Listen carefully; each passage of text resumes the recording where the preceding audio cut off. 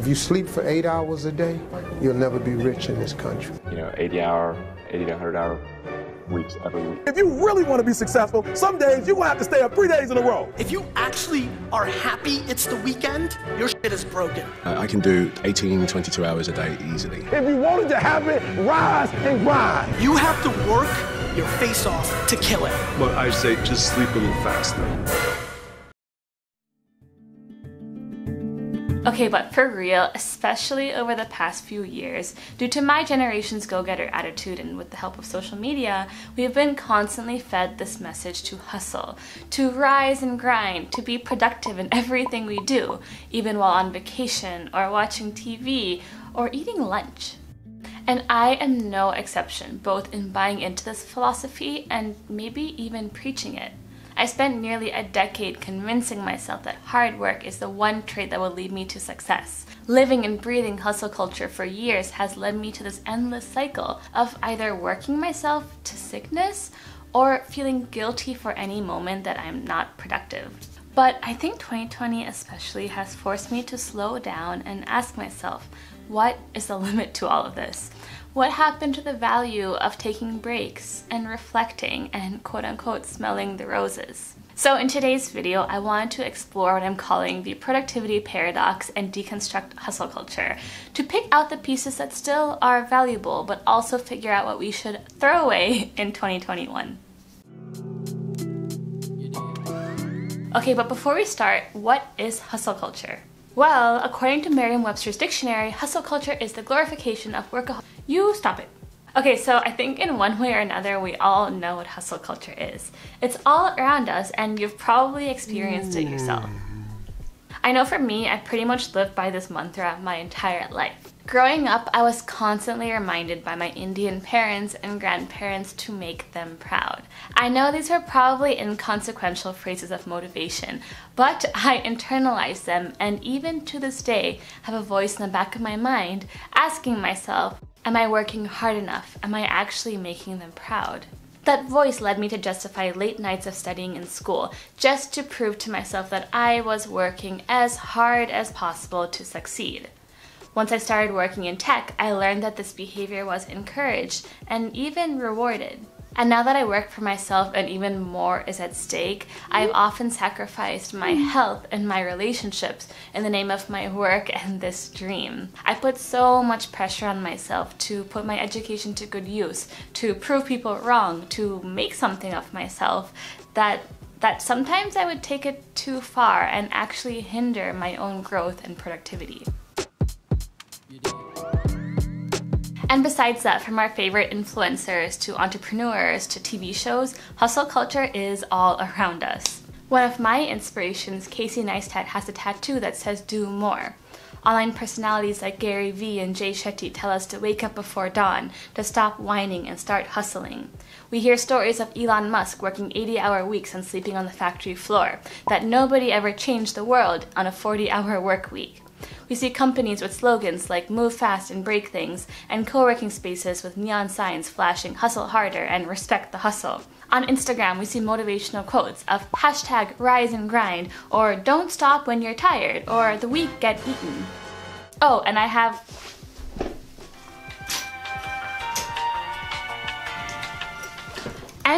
this that says "Good things come to those who hustle."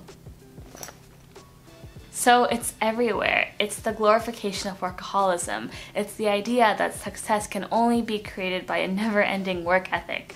That only if every second of your day is productive, only if you accomplish every task on your checklist, regardless of how late you stay up, only then are you hustling. And don't get me wrong, I agree with Casey that we should do more, and Elon Musk is probably right in his 40 hours a week quote. I mean, that's how they got to where they are today, so there must be some good takeaways from hustle culture. Now, I firmly believe that hard work is absolutely necessary, both in building a strong work ethic and just getting stuff done. I saw this as a kid, where instead of being driven to soccer practice, I'd do math worksheets while my dad brought work home and my mom worked night shifts at the hospital. So that work ethic that I saw as a kid has definitely rubbed off on me, but I don't think I'll ever change that. There's one Chinese proverb that states, the best time to plant a tree was 20 years ago. The second best time is now. For me, I quit my job so early because I knew that this moment in my 20s, when I have very few responsibilities, is the best time possible to dedicate myself fully to my work. So this is pretty well-intentioned advice to not wait for the perfect time to start something, but just do it now. There's another cringy quote that goes like, I'd rather hustle 24/7 than slave 9 to 5. This is, not surprisingly, over the top, but I think the intention is to motivate people to dream, to find something that they love and actually pursue it. So all of these points follow the simple idea of working hard to pursue your dreams. I think we can all agree that's good, but the problem arises when hustle culture takes this too far, where we don't see the other side of the coin. Quotes like, I've got a dream worth more than my sleep, make it seem like our health is an expendable resource that we can sacrifice as needed. Not only will this lead to burnout and a loss of productivity, but it can also lead to long-term implications for your mental and physical health. I know for me this past year there were so many times where I would stay up until 4 a.m. editing or wouldn't take weekends off. And because of that, on 4 separate occasions over 10 months or so, I developed really nasty colds and infections that would knock me out for a week. In fact, one of those times I even said that I wish I had gotten sick on a weekend instead of a weekday, just so I wouldn't lose productivity. So for me, it's really easy to get into this routine of going from one exam or problem set or video to the next without taking a breather in between. This makes it really easy to spend all of this time hustling away on the wrong thing. I never give myself time to think, to ask, is this really the direction I want to take my channel in? Is there no other way I can convey the same message? Eventually, going on and on like this would lead me into a creativity rut. In fact, if you go to some of my older videos, you can see evidence of times where I maybe got lazy with the quality of my work or just ran out of ideas. Hustle culture also plants this deep-rooted guilt for being unproductive, for any time spent not working, even if it's just taking a nap, or spending time with friends, or watching Netflix. I think that's why, on average, Americans are taking less and less vacation, even in the age of unlimited PTO. In fact, there is plenty of research that finds that taking time off improves productivity, mental and physical well-being, and general happiness. In my own experience, I went for over a year without taking any real vacation. And once I finally did, it felt so nice. Now this is what gets at the root of the productivity paradox.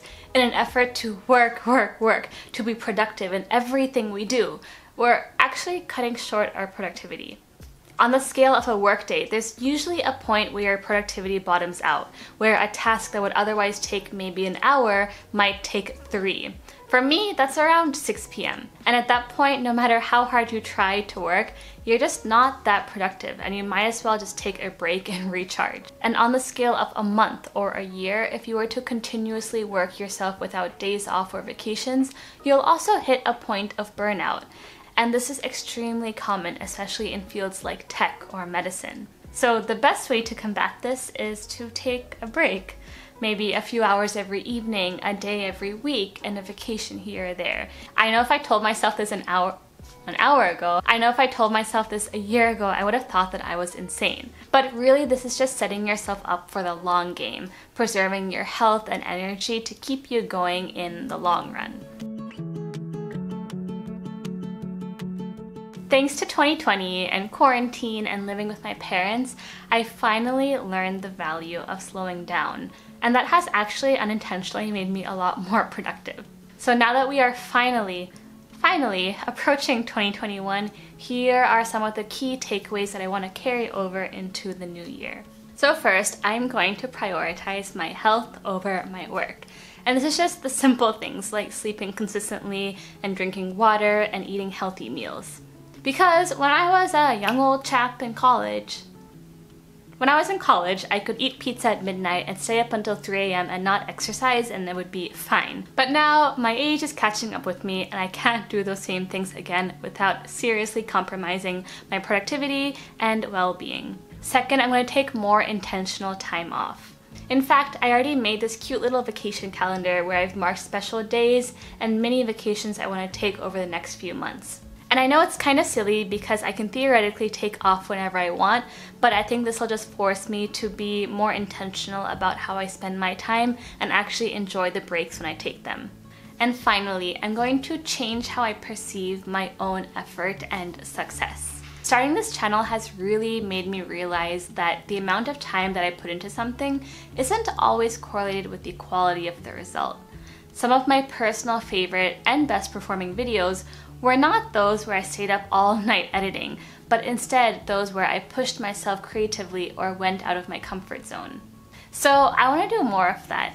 Not reward self-sacrificial behaviors like I used to, but instead celebrate the creative risks and the bold moves that I make. So, hustle culture.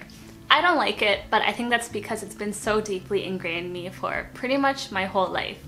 But I do ultimately think it just comes down to balance. So I want to know, what have your experiences with hustle culture been? Do you think it's good or bad? And how do you find that balance? And yeah, that's it for today's video. I hope you liked it, and if you did, please give it a big like and subscribe. Follow me on social media if you haven't already, and I'll see ya in the next one.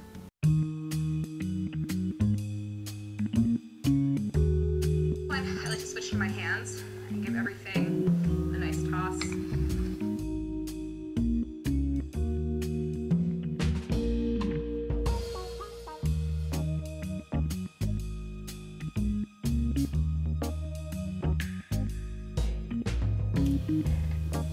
And growth. It was nice. But I actually need more.